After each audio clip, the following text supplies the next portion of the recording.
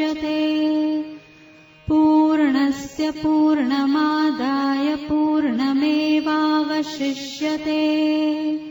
ॐ शान्ति शान्ति शान्तिः।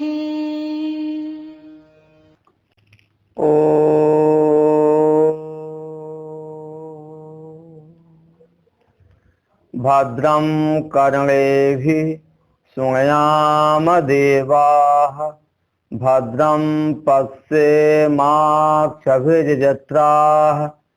स्थिरैरङ्गैस्तुष्टवागुंसस्तनूभिर्व्यसेम देवहितं यदायुः। स्वस्ति न इन्द्रो वृद्धश्रवाः। स्वस्ति नः पूषा विश्ववेदाः। स्वस्ति नस्तारक्षयो अरिष्टनेमिः। स्वस्ति नो बृहस्पतिर्दधातु। ओम शांति शांति शांति। शंकरं शंकराचार्यं केशवं बादरायणं सूत्रभाष्य कृतौ वन्दे भगवन्तौ पुनः पुनः। ईश्वरो गुरुरात्मेति मूर्तिभेद विभागिने व्योमवद्व्याप्तदेहाय दक्षिणामूर्तये नमः। ओम शांति शांति शांति।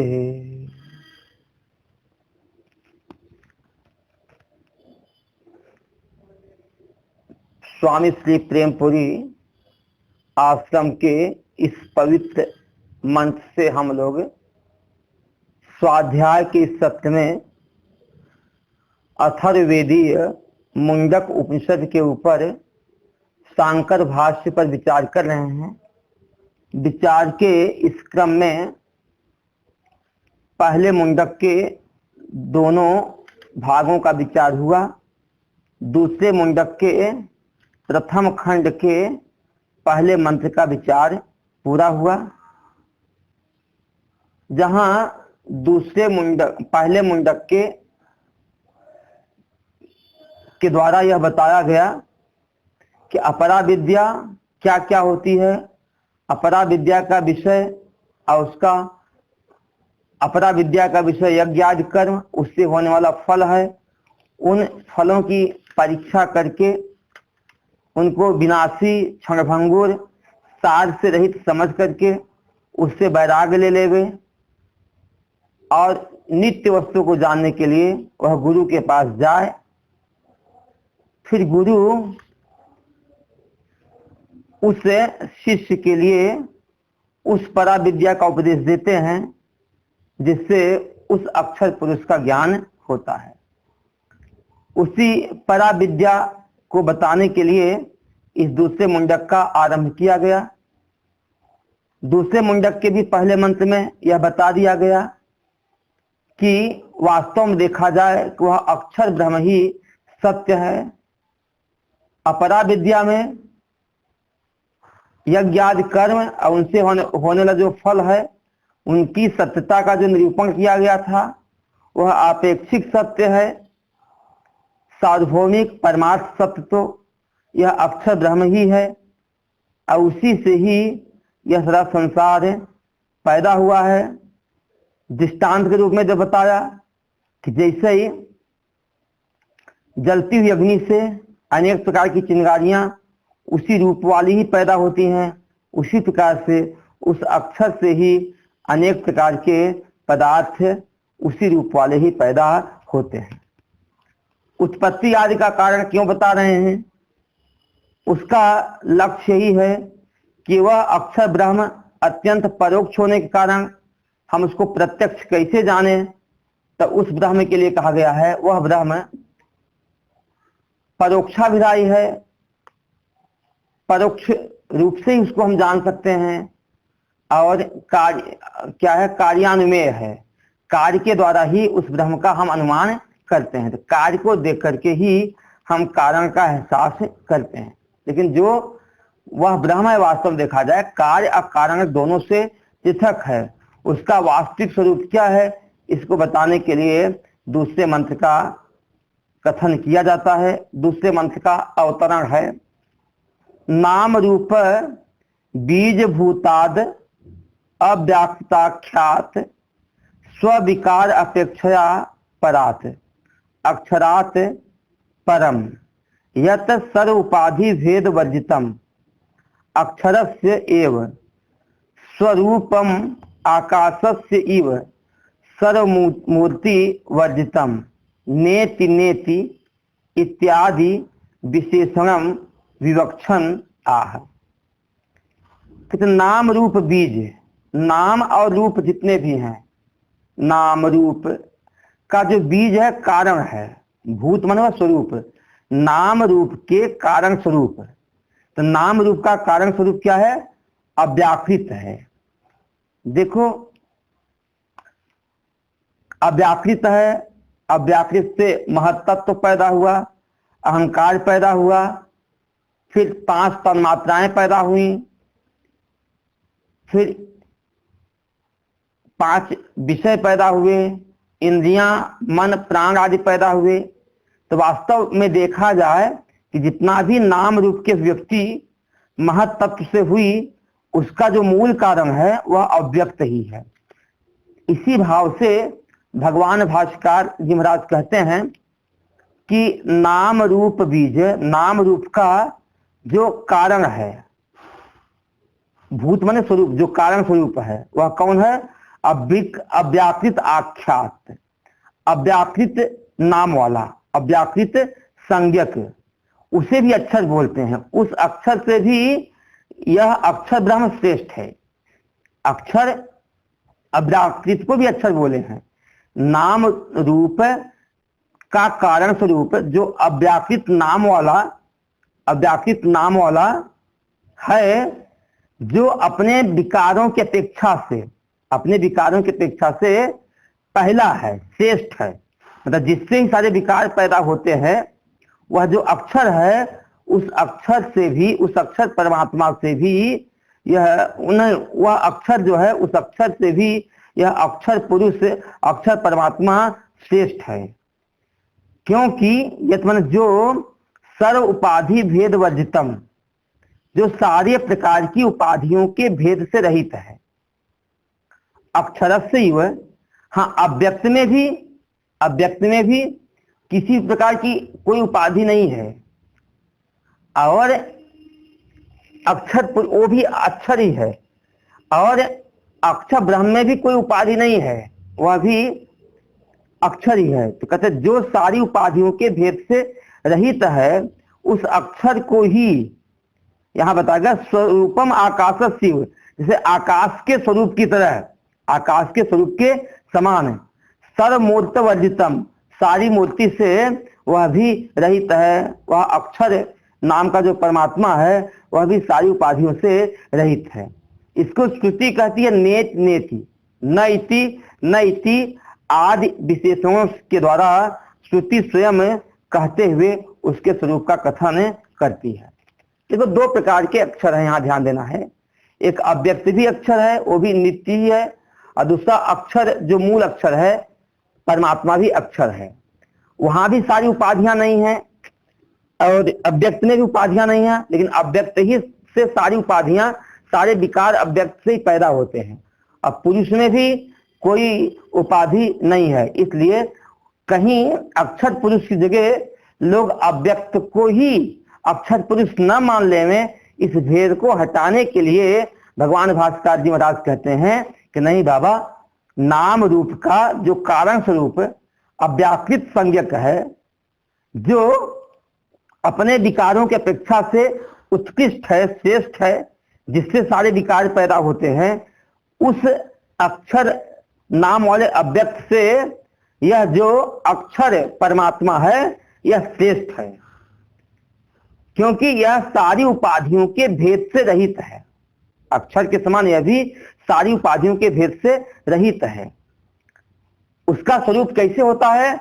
आकाश के समान स्वरूप वाला है। जैसे आकाश में कोई भी मूर्ति नहीं है, उसी प्रकार से उस ब्रह्म में भी कोई मूर्ति, कोई रूप है नहीं। श्रुति इसी को नेति नेति आदि विशेषणों से कहते हुए कहती है वह ब्रह्म कैसा है, वह ब्रह्म कैसा है। इसके लिए दूसरे मंत्र का उच्चारण करते हैं। दिव्यो ह्यमूर्त पुरुष स बाह्याभ्यंतरो ह्यज अप्राणो ह्यमना शुभ्रो ह्यक्षरात् परतः पर। दिव्यो ह्यमूर्त पुरुष स बाह्याभ्यंतरो ह्यज अप्राणो ह्यमना शुभ्रो ह्यक्षरात् परतः पर। कहते वह जो अक्षर ब्रह्म है वह दिव्य है। यहाँ दिव्य के 3 अर्थ किए। पहला है द्योतनमान दिव्य है, जो स्वयं प्रकाश स्वरूप है उसका नाम दिव्य है। दिव्य का दूसरा अर्थ क्या है? दिवी वा स्वात्मनि, जो अपने आत्मा में ही रहता है वह वास्तव में दिव्य है। इसलिए तीसरा अर्थ किया अलौकिक है, जो लौकिक नहीं है अलौकिक है, ऐसा वह पुरुष है।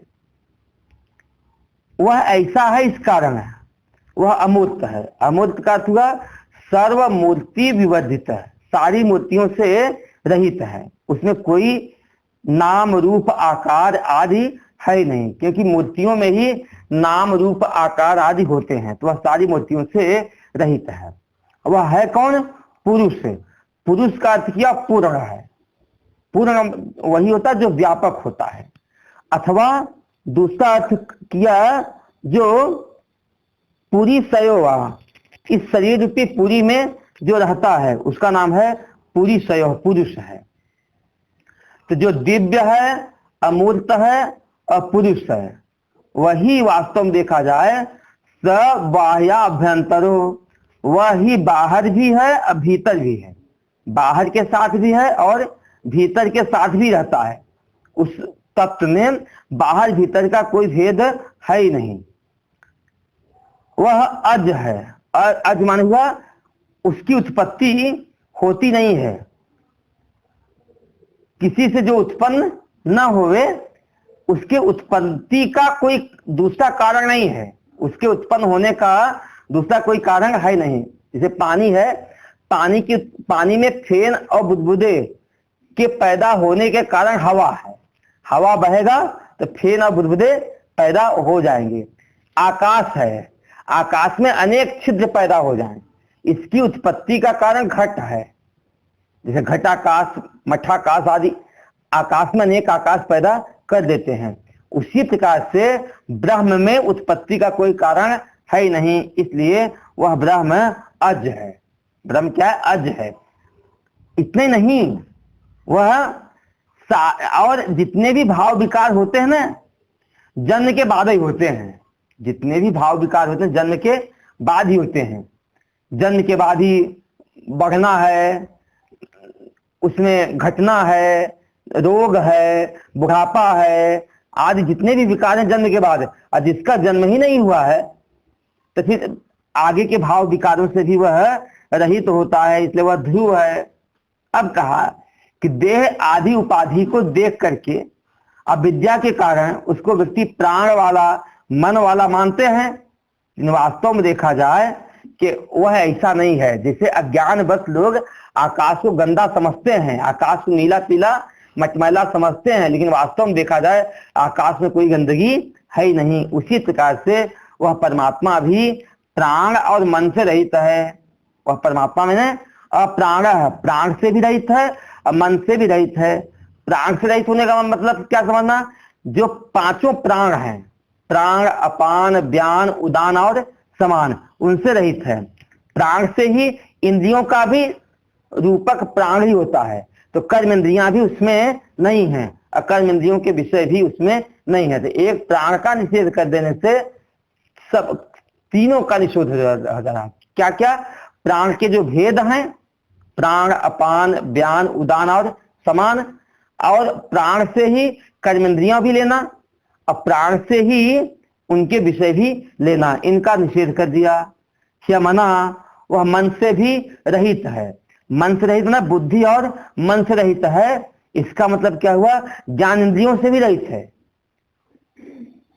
श्रोत्र, त्वक, चक्षु, रसना और घ्राण, ये जो 5 ज्ञानेंद्रियां हैं, इन 5 ज्ञानेंद्रियों से भी वह तत्व रहित है। इतने नहीं, ज्ञानेंद्रियों नहीं, वह तत्व इंद्रियों के जो विषय हैं, शब्द, स्पर्श, रूप, रस, गंध, इनसे भी वह रहित है, ऐसा समझ लेना चाहिए। देखो, इसी बात के लिए श्रुति भी कहती है ध्यायतीव, वह ध्यान करता हुआ सा दिखता है, चेष्टा करता हुआ सा दिखता है, लेकिन वास्तव में चेष्टा करता नहीं है। आता जाता हुआ सा दिखता है, लेकिन न आता है न जाता है। सोता जगता हुआ सा प्रतीत होता है, लेकिन वास्तव में वह तत्व न सोता है न जागता, वह हमेशा एक ही रूप रहता है। इन उपाधियों के कारण ही अशुद्धता आती है। किसके कारण? प्राण और मन रूपी उपाधियों के कारण ही अशुद्धता आती है। और उसमें जब प्राण और मन दोनों ही नहीं है, प्राण और मन दोनों ही यदि उसमें नहीं है, तो वह शुभ्र है। वह कैसा है? बड़ा ही शुभ्र है, बहुत ही शुद्ध है। अब आगे बताते हैं, अक्षरात परतः परः, अक्षरात में अक्षर से भी, अक्षर हुआ वही नाम रूप का जो कारण स्वरूप है, अव्यक्त है, उस अव्यक्त से भी जो लक्षित होता है, उस अव्यक्त से भी जो निर्देशित होता है, अव्यक्त भी जिसकी सत्ता में बैठ करके जगत की उत्पत्ति में हेतु बनता है, जो सभी कार्य कारण से अलग है, सभी कार्य और कारण का बीज है। जगत कार्य हो गया, अव्यक्त क्या हुआ? कारण हुआ। जो कार्य और कारण दोनों से भी जो श्रेष्ठ है, दोनों से भी जो श्रेष्ठ है, वह निरुपाधिक पुरुष है। वही कौन है? निरुपाधिक पुरुष है। वही पुरुष पर विद्या का विषय होता है। इसको यहाँ दूसरे मंत्र में बताया। वह परमात्मा का स्वरूप क्या है, कैसे है, इसको दूसरे मंत्र से बता रहे हैं। भाष्य पढ़ेंगे।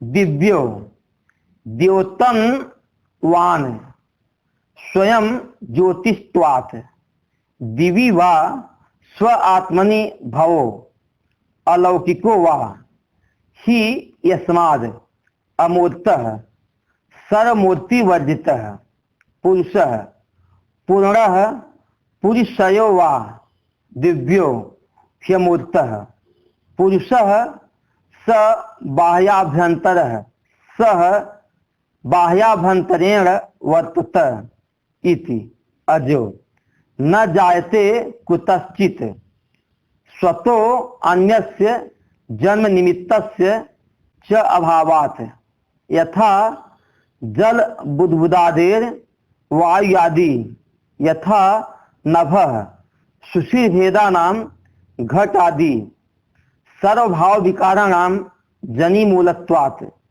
तत्प्रतिषेधेन सर्वे प्रतिसिद्धा भवन्ति स बाह्याभ्यन्तरो यजो अतो अजरो अमृतो अक्षरो ध्रुवो अभयः इति अर्थ। दिव्यो, वह परमात्मा कैसा है? दिव्य है। दिव्य मान हुआ द्योतनवान, वह प्रकाशमान है। तो वह परमात्मा क्या सूर्य अथवा चंद्रमा की तरह प्रकाशवान है? कहते न, सूर्य और चंद्रमा को भी प्रकाशित करने के लिए मेरी आंख की आवश्यकता पड़ती है।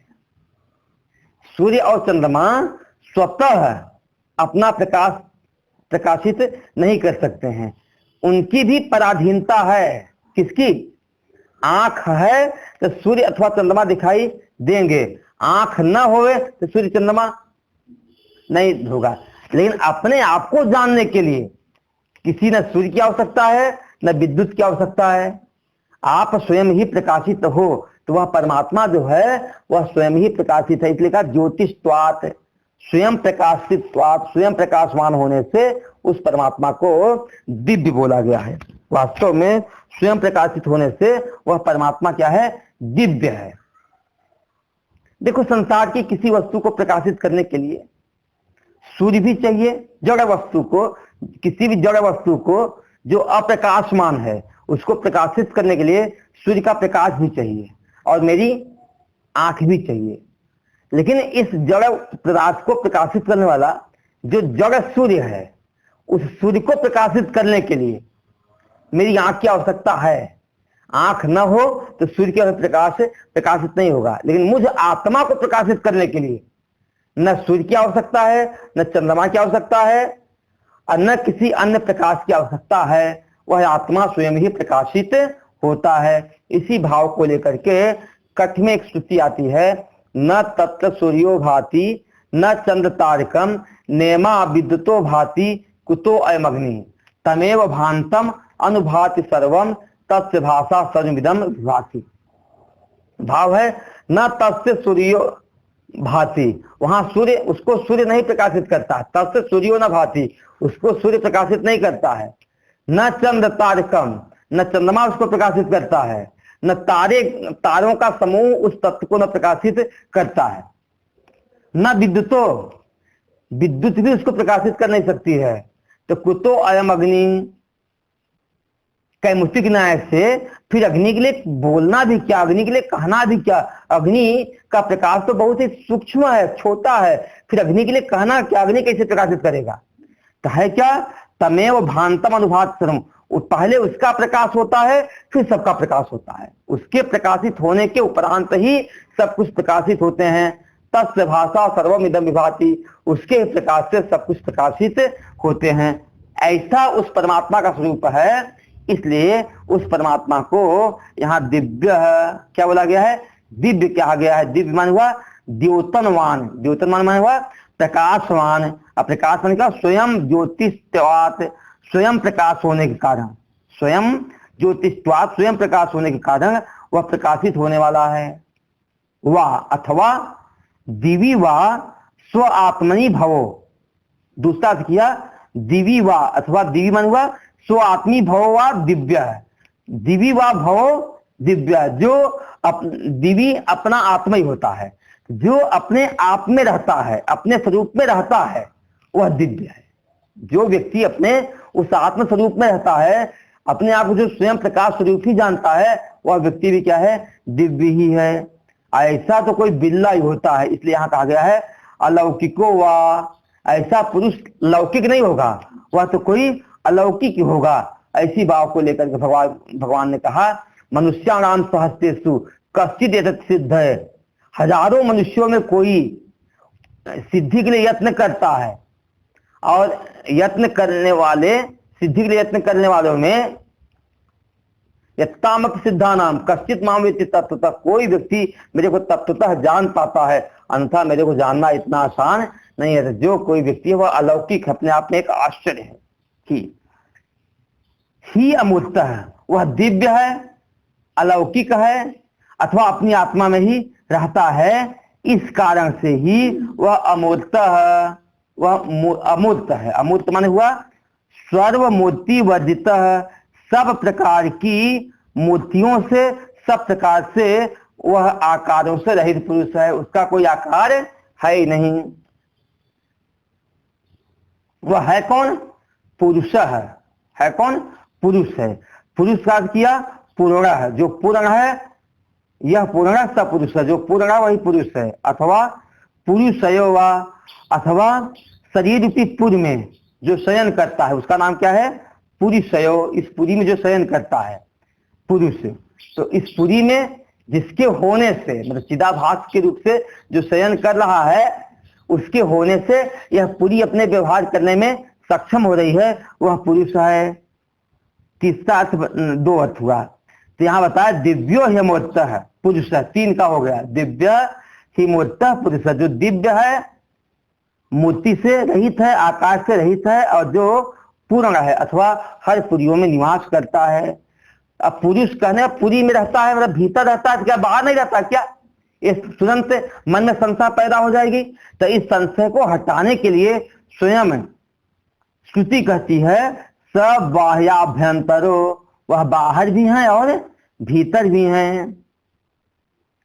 तो सबाह्याभ्यंतरे बोल सकते हैं, बाहर और भीतर के सहित जो सर्वत्र विद्यमान है, सर्वत्र वर्तते, सब जगह रहते हैं, उसका नाम क्या है, सबाह्याभ्यंतर है इति, ऐसा। दूसरा विशेषता अज है, इस कारण से वह अज है। अज माने हुआ न जायते कुतश्चित, किसी से जिसकी उत्पत्ति न हो, किसी से जो उत्पन्न न हो, उसका नाम क्या है, अज है, वह पैदा नहीं हुए हैं, वह स्वयं सिद्ध है। सृष्टि के आदि में, मतलब सृष्टि भी जिस समय लय हो जाएगी उसमें भी वह सत्ता रहेगी। और सृष्टि जब पैदा हुई तो सदैव सौम्य इदम अग्रम आसीत है। अग्रम ने नाम रूप के अव्यक्त होने के पहले वह परमात्मा सतरूप से, अपनी सत्ता रूप से विद्यमान था। बाद में अव्यक्त आदि का सहारा लेकर के, माया का सहारा लेकर के उसी परमात्मा में यह जगत पैदा हो गया। अब बाद में जब माया तिरोभूत होगी तो यह जगत भी उसी परमात्मा में लय को प्राप्त कर लेगा, तब उसकी उत्पत्ति नहीं होती है। वह तो नित्य है, न जायते कुतश्चित। अच्छा, उसकी उत्पत्ति क्यों नहीं होती है? कि भाई उत्पत्ति के लिए दो चाहिए, नहीं चाहिए। कहते स्वतो अन्यस्य जन्म निमित्तस्य च अभावात्, अपने से अलग दूसरा कोई वस्तु जो जन्म का निमित्तक होवे उसका अभाव है। भाई देखो, कोई भी उत्पत्ति होती ना, दो की सत्ता, ताली भी बजती ना, तो एक हाथ से ताली नहीं बजती है। कितने हाथ से? सामने आएगी ताली बजेगी, क्या होगा? दूसरा हाथ आएगा तभी ताली बजेगी। कोई भी काम होगा हमेशा किसकी सत्ता में होगी? दो की सत्ता में होगी।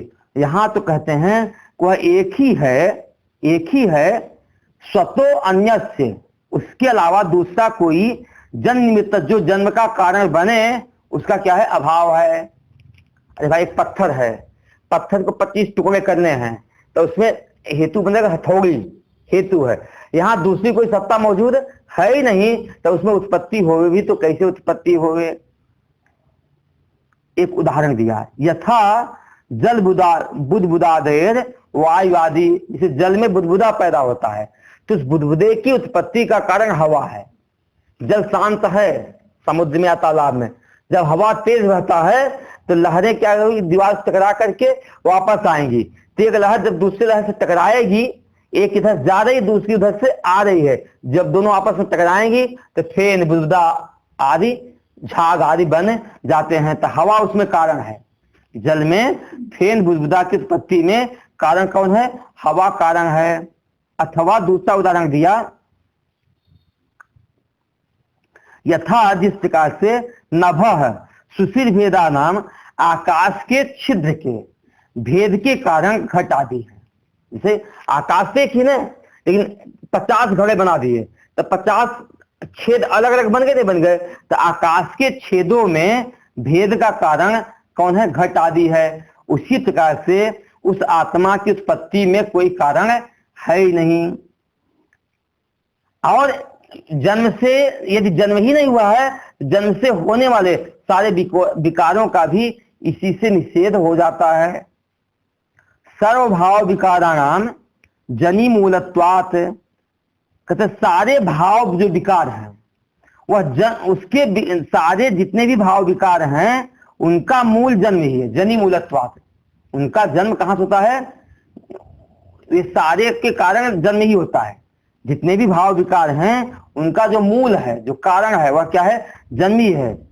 तत्प्रसिद्ध है ना, जब जन्म का ही प्रसिद्ध हो गया, या जन्म के प्रसिद्ध से ही सर्वे प्रसिद्धा भवंती, सब कुछ जन्म के बाद होने वाले जितने भी विकार हैं वह सारे अपने आप ही निषिद्ध हो जाते हैं, प्रसिद्ध हो जाते हैं। वह परमात्मा आज कैसा है? स बाह्य आभ्यंतरो, वह बाहर भी है और कहाँ है? भीतर भी है ही, क्योंकि अज है, अतः इस कारण से अजर है। भाई जो जन्म होगा वही तो बुद्धा होगा, जिसका जन्म ही नहीं हुआ तो क्यों बुद्धा होगा? अजर है। अच्छा, जो जन्म लिया वही मरेगा, जिसका जन्म ही नहीं हुआ है तो मरेगा कैसे? तो अमृत है। जो जन्म हुआ है वही विकारी होगा, जिस जन्म ही नहीं लिया उसमें विकार कैसे आएगा? इसलिए अक्षर है और वह ध्रुव है, ध्रुव माने अटल है, और अभय है। जहां द्वय है वहां भय है, और जहां एक ही सत्ता है दूसरी कोई सत्ता है नहीं, वहां भय कैसा होगा? तो भय से शून्य है, ऐसा वह परमात्मा है। अब आगे पहली पंक्ति का हो गया, दूसरी पंक्ति का अर्थ भगवान है भाष्यकार कर रहे हैं। यद्यपि देह आदि उपाधि भेद दृष्टि नाम अविद्यावसाद देह भेदेषु स प्राण स मनाः सेन्द्रिय स विषय इव प्रत्यवभासते तलमलादिमत इव आकाशम तथापि तु स्वतः परमार्थ दृष्टि नाम अप्राणो अविद्यमान क्रिया शक्ति भेदवानस्य चलनात्मको वायु यस्मिन् असौ अप्राण है तथा अमना अनेक ज्ञान शक्ति भेदवत संकल्पाद्यात्मक मनो अपि अविद्यमानम यस्मिन् सो अयम अमनाः अप्राणो ह्यमनाश्च इति प्राणादि वायुभेदाः कर्मेन्द्रियाणि तद्विषयाश्च तथा च बुद्धिमनसि बुद्धीन्द्रियाणि तद्विषयाश्च प्रतिषिद्धाः वेदितव्या तथा श्रुत्यंतरे ध्यायतीव लेलायतीव इति। यहाँ बता रहे हैं कि यद्यपि वह परमात्मा ऐसा है, कैसा है? दिव्य है, आकाश से रहित है, पूरी उसमें पूर्ण है अथवा इस पूरी में रहता है, बाहर और भीतर सर्वत्र है और अज है। कहते हैं यद्यपि इस पूरी में रहने से, इस पूरी में रहने से, किस पूरी में? शरीर रूपी पूरी में रहने से देह आदि उपाधि, यद्यपि देह आदि उपाधि भेद, देह आदि उपाधि के भेद को ही जो देखते हैं, देह आदि उपाधि में ही दृष्टि रखने वाले हैं, देह आदि उपाधि भेद में ही, उपाधि भेद में ही जो दृष्टि रखते हैं, जिसकी दृष्टि इस शरीर में जो सोता है नहीं, या जो शरीर में रहता है उस पर दृष्टि नहीं रखती है। तिल है तो तेल के नाम रूप में दृष्टि है लेकिन तेल में दृष्टि नहीं है, गाय के रूप में दृष्टि है लेकिन इसके दूध में दृष्टि नहीं है। तो कई लोग जो बहिर्मुख होते हैं, बाहर स्थूल बुद्धि वाले होते हैं, उनको स्थूली वस्तु दिखाई देती है, सूक्ष्म वस्तु दिखाई नहीं देती। हम लोग यही कहते हैं, देखो एक बच्चा जब विवाह करने जाता है ना तो रूप देखता है। क्या देखता है? क्योंकि अभी उसकी बुद्धि स्थूल है, उसकी दृष्टि रूप से अलग है, उसके गुण में नहीं जाएगी। लेकिन जो माता पिता है ना, जो वृद्ध हैं, बुजुर्ग हैं, उनकी दृष्टि रूप में नहीं जाती है, उनकी दृष्टि कहाँ जाती है? उनके गुण में जाती है। उनकी कहाँ जाती है? गुण में जाती है, उसके संस्कार में जाती है कि माँ बाप का कैसा संस्कार था और बच्चों में कैसे संस्कार उसने डाले होंगे। अब बच्चा कह सकता आपको क्या उसमें दिखा, लेकिन बाप को जो दिख रहा है वह बेटे को नहीं दिख रहा, क्योंकि बेटा भी स्थूल बुद्धि वाला है इसलिए वह रूप में उलझा हुआ है, और पिता सूक्ष्म बुद्धि वाला है इसलिए वह गुण में उलझा हुआ है, क्योंकि रूप तो क्षणभंगुर है, विनाशी है। और बड़े बड़े सुंदर भी ना, एक दो बच्चों के बाद उनका रूप कैसा बदल जाता है कल्पना भी नहीं कर सकते हैं। तो कहने का भाव यही है कि सूक्ष्म बुद्धि वाले को तो पूरी में यह जड़ रूपी जो शरीर है, इस जड़ शरीर को जो चलाने वाला है, कोई न कोई इससे अलग चैतन्य है जिसके होने से शरीर चल रहा है। अब बाहर से बैठ के नहीं चला रहा है, इस शरीर को चलाने के लिए वही इसी शरीर के भीतर चिदाभास रूप से अपने आप को प्रकट करके इस शरीर को चला रहा है। लेकिन सामान्य लोगों की दृष्टि उसमें न जा करके दृष्टि कहाँ रहती है? इस शरीर में जिसकी दृष्टि अटकी हुई है। इसी भाव को कर रहे हैं कि देह आदि उपाधि भेद दृष्टि नाम, जो व्यक्ति देह आदि जो उपाधि है उस उपाधि रूपी भेद में ही दृष्टि रखने वाले हैं, उपाधि के अलावा दूसरी कोई वस्तु दिखाई उनको देती नहीं है। क्यों ऐसा करते हैं? कहते अविद्यावसाद। क्यों? अविद्यावश, ना समझी बस, अज्ञानता बस, ऐसा वे करते हैं।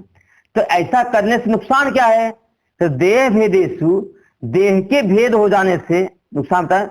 विभिन्न देहों में कहते वह ब्रह्म क्या होगा? देह भेदेशु, इन देह भेदों में सप्राण है, प्राण के सहित, समना मन के सहित, सेंद्रिय इंद्रियों के सहित, सब विषय इव अवभासते, सब विषय वह विषयों के सहित के समान प्रतीत होता है। प्रति विषय इव प्रत्यवभासते, प्रत्यवभासते वह प्रत्यवभाषित होता है, विषयों से युक्त हुआ दिखाई देता है। कैसे? तल मल आदिवत, जैसे आकाश का तल है मल है, मलवान है, गंदा है। आकाश का जो सतह है वह क्या है? गंदा है। किसके लिए? दोष दृष्टि वालों के लिए आकाश का तल गंदा दिखता है, लेकिन जो ज्ञानी है उसके लिए आकाश गंदा है क्या? आकाश में कोई गंदगी टिक ही नहीं सकती है। वह जानता है कि आकाश नित्य निर्मल है, उसमें कोई मलिनता है ही नहीं। लेकिन जो अज्ञानी है वो तो यही मानेंगे आकाश क्या है? गंदा है। उसी प्रकार से इस शरीर रूपी भेद, शरीर रूपी उपाधि में ही, शरीर रूपी उपाधि भेद में ही जो दृष्टि करने वाले हैं, अविद्यावसाद, अविद्या के कारण है, उस देह आदि के भेद से एक आत्मा का भेद, अथवा देह आदि में प्राण मन इंद्रियों के रहने से उस आत्मा को भी वह प्राण वाला, मन वाला, इंद्रिय वाला, विषय वाला उनको प्रतीत होता है, वे उसको ऐसा मान लेते हैं। आकाशम, तल आकाशम हो गया, तलमल आदि मत इव आकाशम, तथापि फिर भी तू स्वतः, फिर भी उनसे अलग है। स्वतः परमार्थ दृष्टि नाम, जो परमार्थ दृष्टि वाले लोग हैं, जिनकी दृष्टि वास्तविक है, यथार्थ है, वह इसको अप्राण क्या मानते हैं? प्राण से रहित, अविद्यमान क्रिया शक्ति भेदवान, कहते हैं अविद्यमान जिसमें क्रिया शक्ति भेद वाला चलनात्मक वायु यस्मिन न असव। जो परमार्थ दृष्टि वाले हैं, जो वास्तविक दृष्टि वाले हैं, उस अक्षर परमात्मा को अप्राण मानते हैं, प्राण से रहित है। प्राण क्या है? क्रिया शक्ति है। कहते हैं अविद्यमान क्रिया शक्ति, जिसमें क्रिया शक्ति जो भेदवान, भेद वाला है। क्रिया शक्ति भेद वाला कौन है? चलनात्मक वायु, ये चलने वाला, हमेशा बहने वाला जो वायु है। यस्मिन न असव, जिसमें वह है, यस्मिन न असव, जिसमें वह नहीं रहता है, उसका नाम क्या है? अप्राण। जिसमें वायु नहीं है उसका नाम क्या है? अप्राण है। तथा उसी प्रकार से अमना तथा अमना, तो जिसे प्राण को क्रिया शक्ति बोला गया है, तो क्रिया शक्ति भी हर व्यक्ति का अलग अलग नहीं है। तो क्रिया शक्ति भेद वाला जो चलनात्मक वायु है उसमें नहीं है। उसी तरह ज्ञान शक्ति, अनेक प्रकार की ज्ञान शक्ति भेद वाला जो संकल्प विकल्प करने वाला मनो अपि अविद्यमान, वहां मन भी नहीं है। ज्ञान शक्ति वाला जो संकल्प विकल्प करता है, ऐसा मन भी वहां नहीं रहता है, इसलिए उसको अमना अप्राण बोला गया है। वह मन से रहित है, और किससे रहित है? प्राण से भी वह रहित है। अप्राणो शमनाश्चैति, यदि वहां अप्राण और अमन बोला तो इस अप्राण और मन से ही हमें क्या लेना? प्राण आदि वायु भेदा, वायु के जितने भेद हैं, प्राण के जितने भेद हैं, कौन कौन है? प्राण, अपान, व्यान, उदान और समान, इन पांचों प्राण के जो भेद हैं, उन पांचों भेद से वह रहित है। और क्या है? कर्म इंद्रियांगे, प्राण इंद्रियों को भी बोलते हैं। तो कहते हैं जहां कहते हैं प्राणायाम करो, प्राणायाम करो। एक तो प्राण हुआ, प्राण क्रिया जो वायु को बस में करते हैं। दूसरा प्राण हुआ इंद्रियां, तो इंद्रियों को भी आयाम माने संतुलित करो, बस में रखो। तो यहाँ प्राण हुआ, कर्मेंद्रियांगी, 5 कर्मेंद्रियां लेना। वाक बोलने की जो शक्ति है, पांग हाथ है, लेना और देने की जो शक्ति है। वाक पांग पाद है, जो क्या है? चलने वाला पांव है।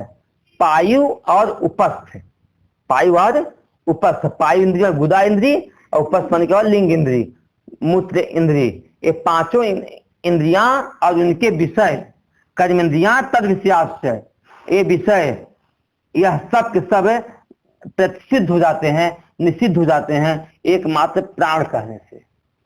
इतने नहीं, तथा उसी प्रकार से अमना बोला, तमना करने से बुद्धि मनसी, बुद्धि और मन है, और बुद्धि इंद्रियांगी जो ज्ञान इंद्रियां हैं। ज्ञान इंद्रियां क्या है? श्रोत्र, त्वक, चक्षु, रसना और घ्राण, जो 5 ज्ञान इंद्रियां हैं। अब 5 ज्ञान इंद्रियों के जो 5 विषय हैं, शब्द, स्पर्श, रूप, रस और गंध, 5 विषय, यह सब प्रसिद्धा, ये सब प्रसिद्ध ही जानने योग्य हैं, यह सब निषिद्ध जानने योग्य हैं, यह सब उसमें होते ही नहीं हैं। तथा श्रुत्यंतरे, इसी बात को इसी प्रकार ही दूसरी श्रुतियों में भी कहा गया है। क्या कहा गया है? ध्यायतीव लेलायतीव, जो ध्यान करता हुआ सा और चेष्टा करता हुआ सा दिखता है, पांव के चलने से आता जाता हुआ सा दिखता है, लेकिन वास्तव में वह व्यापक है। वह क्या है? बुद्धि के संबंध से सोता और जगता हुआ दिखता, लेकिन वास्तव में सोता और जगता नहीं है। आपसे पूछा जाए, आप सोते हो, जगते हो? नहीं जगते, सोते हो, क्या करते हो? सोती जगती हो क्या?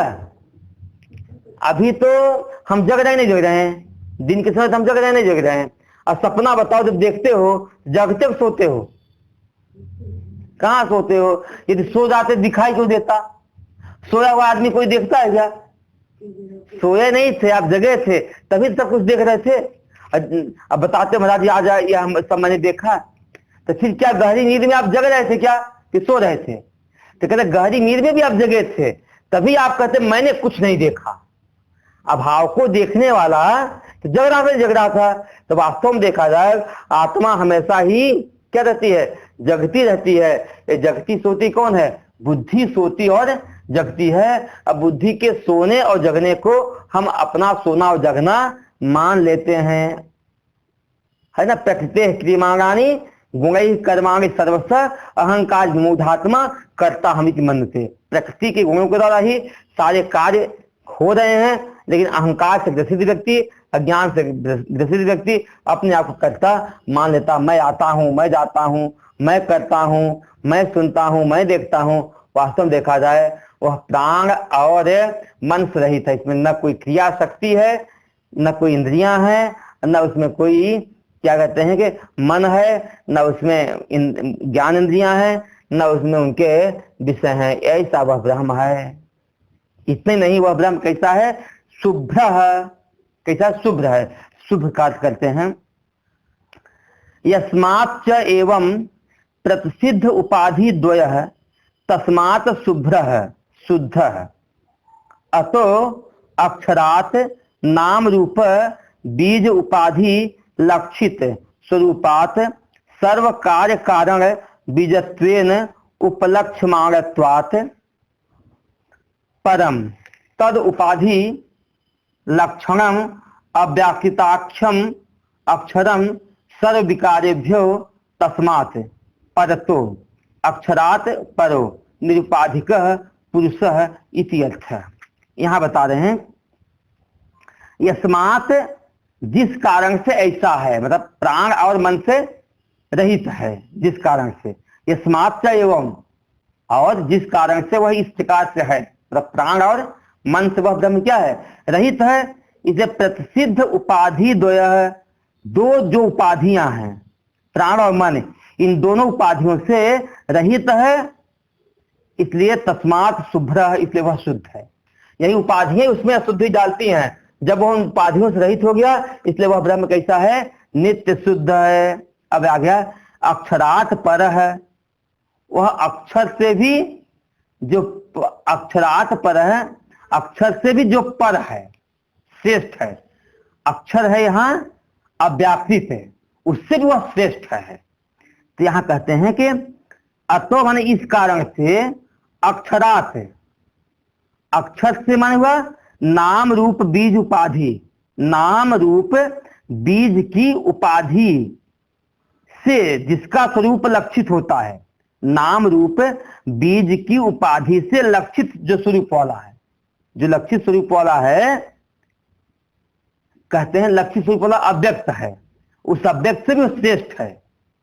श्रेष्ठ है तो क्या है कि सर्व कार्य कारण बीजत्वेन, देखो कार्य होगा जगत है, कारण हुआ अव्यक्त है, और कार्य कारण दोनों से जो विलक्षण है, तो कार्य और कारण दोनों का जो बीज रूप से, दोनों के कारण रूप से जो उपलक्ष्यमानत्वात्, जो उपलक्षित होने से उसको कहा गया है परम, वह श्रेष्ठ है, उत्कृष्ट है।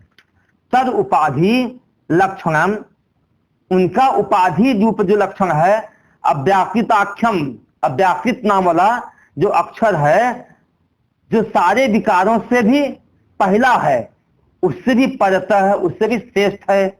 अक्षरात् परो, अक्षर से भी, अव्यक्त रूपी अक्षर से भी वह श्रेष्ठ है, इसलिए निरुपाधिक, उसमें कोई उपाधि है ही नहीं। कौन? वह पुरुष निरुपाधिक है। अब एक पैराग्राफ है, इस पे चिंतन हम लोग कल करेंगे। आज इतना ही। अभी ब्रह्म से जगत की उत्पत्ति बता करके इस उत्पत्ति रूपी कार्य के द्वारा उपलक्षित उस कारण ब्रह्म अव्यक्त और उससे भी उपलक्षित जो निर्विशेष ब्रह्म है, उसका हमें ज्ञान करना है। यह भाव है यहाँ पे। इस पे चिंतन हम आगे कल करेंगे।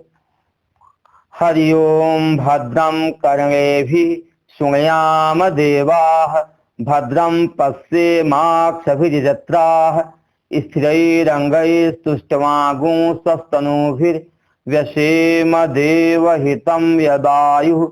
स्वस्ति न इन्द्रो वृद्धश्रवाः, स्वस्ति नः पूषा विश्ववेदाः, स्वस्ति नस्तारक्षयो अरिष्टनेमिः, स्वस्ति नो बृहस्पतिर्दधातु।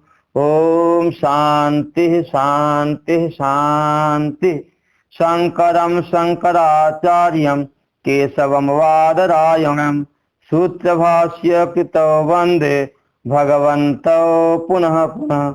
ईश्वरो गुरुरात्मेति मूर्तिभेद विभागिने, व्योमवत् व्याप्त देहाय दक्षिणामूर्तये नमः।